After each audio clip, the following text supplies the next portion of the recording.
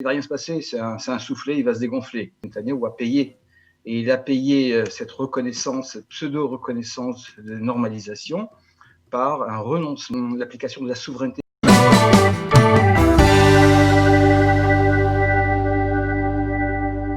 Shaul Shmokler, bonjour, Boker Tov.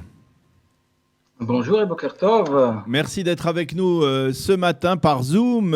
Alors, justement, presque derrière vous, je ne sais pas si on voit l'Arabie Saoudite ou les pays du Golfe Persique, mais en tout cas, ce que l'on a pu constater, en tout cas ceux qui regardent, consultent Facebook, c'est votre opposition assez farouche, on va dire, à cet accord entre Israël et les Émirats, parce que, eh bien, il y a un prix à payer, un prix qui, selon vous, est particulièrement élevé. C'est le renoncement d'Israël au projet d'annexion et de souveraineté israélienne sur la Judée et la Samarie, une partie de la Judée et de la Samarie. C'est exact de résumer votre avis comme cela? Et je sais pas une position farouche. C'est tout simplement, je regarde ça avec beaucoup de recul et sans espérer quoi que ce soit de ce qui est annoncé. On a ici 3 personnes qui ont besoin de faire du PR, c'est-à-dire de faire un petit peu de relations publiques, des gens qui ont besoin de se remettre un petit peu en selle. Et donc, il ne va rien se passer, bien entendu, comme il ne s'est rien passé des accords de Manama, c'est-à-dire le deal du siècle, comme il ne s'est rien passé non plus avec, au début de cette année, à Washington, des accords qui prévoyaient qu'Israël puisse exercer la souveraineté. Il ne va rien se passer, c'est un soufflet, il va se dégonfler. Mais en fait, ce qui s'est passé, c'est que Netanyahou a payé. Et il a payé cette reconnaissance, cette pseudo-reconnaissance de normalisation par un renoncement, je dis bien un renoncement, et pas comme il dit, différé, l'application de la souveraineté. Je dis bien aussi application de la souveraineté et pas annexion, comme de nombreux journalistes et de nombreuses personnes qui sont soit ignorantes, soit malhonnêtes le disent. Alors pourquoi est-ce que j'y crois pas? Bien. C'est un coup de pub monumental pour Trump, parce qu'il se remet en selle, il a des problèmes à l'intérieur du pays, donc un petit peu de diplomatie internationale, c'est bien pour lui. Pour Netanyahou, il se présente aussi comme le Premier ministre qui va aller vers une normalisation. Et l'Émirati, qu'est-ce qu'il va gagner dans cette affaire? Eh bien, il va dire, regardez, nous avons sauvé les Palestiniens d'une annexion, comme ils disent, de territoire palestinien, et c'est le sauveur un petit peu de la Palestine. Alors, du même coup, il enfonce aussi, il met un doigt dans l'œil au Qatar, au Hamas, et il se présente comme étant le sauveur des Palestiniens. Alors, d'où est-ce que je sais que je dois croire plutôt Benjamin Netanyahou, Trump ou le ministre ou les gens des Émirats arabes unis? Eh bien, il y a eu une interview du ministre des Affaires étrangères qui s'appelle Anwar Gargash au Figaro. Et je le cite maintenant.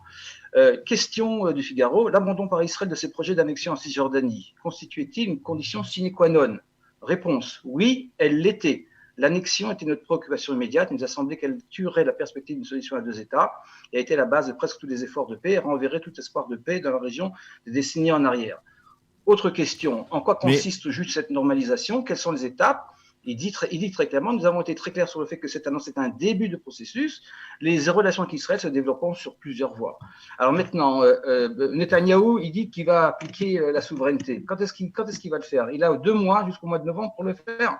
Et si jamais il applique la souveraineté, vous croyez quoi que... Non, il a dit, Netanyahou, je ne suis pas son porte-parole, mais il a dit qu'il ne peut pas faire promouvoir ce projet d'annexion ou de souveraineté israélienne sur la Judée-Samarie tant que les Américains ne lui donnent pas de feu vert. C'est tout. C'est dire, et tant qu'il y a, et de toutes les façons, on le savait.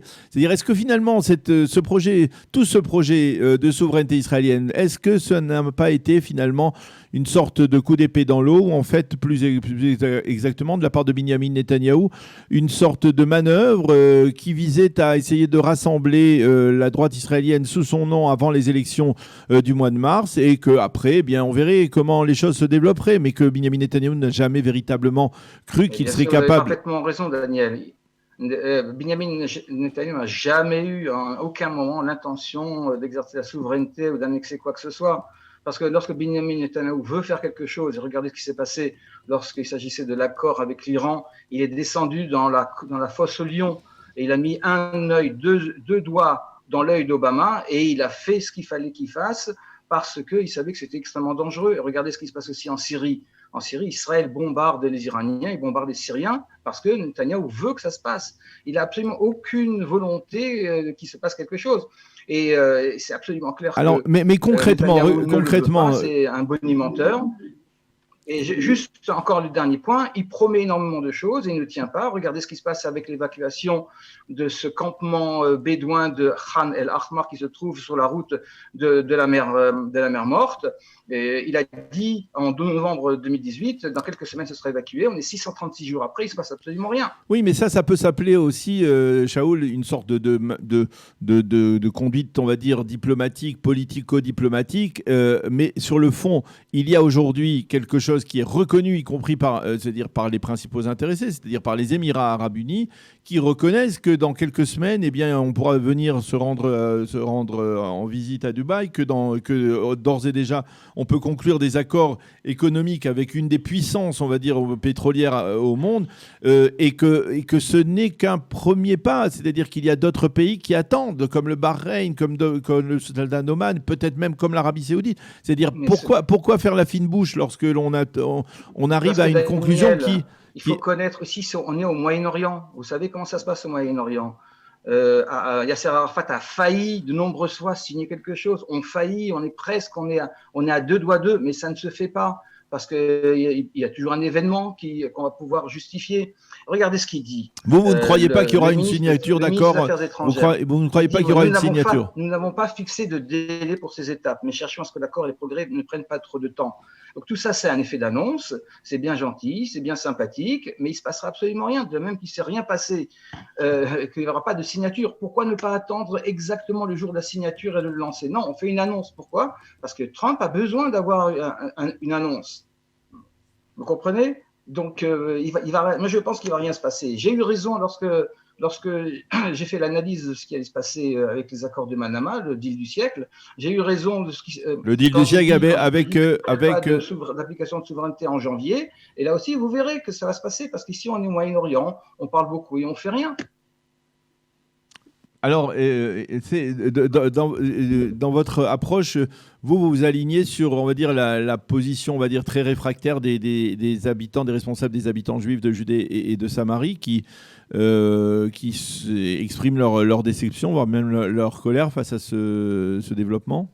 Mais bien sûr, ils ont absolument raison d'exprimer leur colère. En fait, ils ont été roulés dans la farine.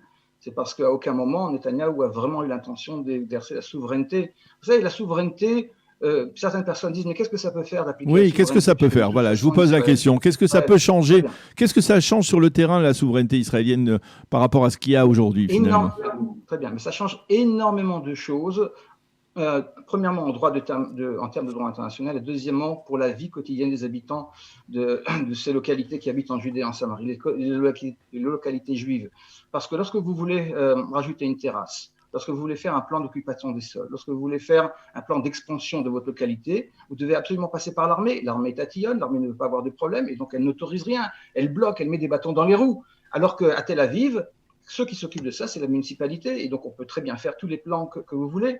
Alors vous comprenez que pour les habitants, il y a une différence fondamentale. Si jamais, mais quand vous mettez le balcon, attendez, Shaul, quand vous mettez la terrasse d'un appartement ou d'un immeuble ou d'une maison à Bethel d'un côté et de l'autre côté vous mettez la normalisation avec des Émirats arabes unis qui sont la 7e puissance pétrolière au monde, avec d'autres pays arabes qui reconnaissent l'État d'Israël. Il n'y a pas photo, non, apparemment? Mais pas du tout. Parce que c'est très bien, sur le papier, c'est très bien, il y a des effets d'annonce, mais je vous dis que ça n'aura pas lieu. Et vous verrez. Vous verrez que cette signature, elle n'aura pas lieu, on va la repousser, et puis il ne passera pas grand-chose. Et si jamais il se passera quelque chose, ce sera quelque chose qui sera dénué de tout fondement. Vous savez, Israël est dans une soif de normalisation. Au Moyen-Orient, ceux qui veulent quelque chose et qui montrent qu'ils veulent quelque chose, eh bien, ils n'ont rien. La preuve, Pourquoi est-ce qu'on n'est pas dans une période de tranquillité ou de paix ou de houdna, d'accord avec les Arabes? C'est parce que les gens disent on veut la paix, on veut la paix. Les Arabes, ils voient qu'on veut quelque chose, il faut monter les enchères. Et ils ont parfaitement raison parce que c'est la manière de faire du Moyen-Orient. Si jamais vous voulez avoir la paix au Moyen-Orient, il faut leur dire écoutez, on ne veut pas la paix, ça nous est absolument égal, on vous attend. Et puis à ce moment-là, vous viendrez quand vous viendrez. Mais si jamais on va vers eux et on leur fait comprendre qu'on veut absolument quelque chose, les enchères montent. Le deuxième point que je voudrais quand même articuler au niveau du droit international, la différence avec la souveraineté, c'est que actuellement, du point de vue politique, la situation politique de l'absence de souveraineté appliquée, donc souveraineté israélienne sur ce territoire-là, fait qu'on est dans une occupation belligérante. Et donc, en termes de droit international, c'est beaucoup plus délicat que si jamais Israël annexait ou bien appliquait la souveraineté. À ce moment-là, la loi israélienne s'appliquerait. Donc, au niveau du droit international, ce serait beaucoup plus facile à gérer aussi. Le fait que les Palestiniens semblent extrêmement en colère et très fâchés après les Émirats, ça ne suffirait pas pour vous pour prouver que quelque part, il y a là une démarche qui est favorable pour Israël? Pas du tout. Écoutez, ce qui se passe, c'est qu'Israël paye le plein pot quelque chose qui va servir à rien. Parce que regardez, il y a des accords de paix avec la Jordanie, avec l'Égypte. Est-ce qu'il y a une normalisation? Il n'y a pas de normalisation. Vous savez, c'est des normalisations qui sont imposées par le haut. Et le peuple, les Arabes, ils ont leurs préjugés. On leur a vendu pendant de nombreuses années qu'Israël, c'était le grand Satan, que c'était l'ennemi implacable.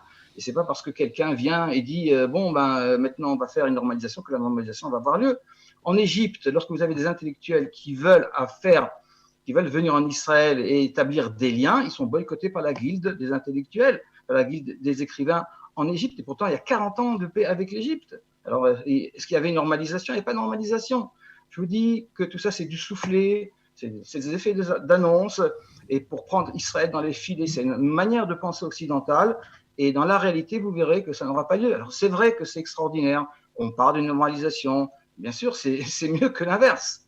Mais je vous dis que le prix à payer est énorme parce que au prix d'exercer la souveraineté. Alors, pourquoi est-ce que c'est encore important d'exercer la souveraineté? C'est parce que si il y a une entité palestinienne, quelconque qu'elle soit, c'est-à-dire même un État indépendant, il ne faut absolument pas qu'elle ait une frontière vers l'extérieur, c'est-à-dire en contact direct avec un autre pays arabe. Pourquoi?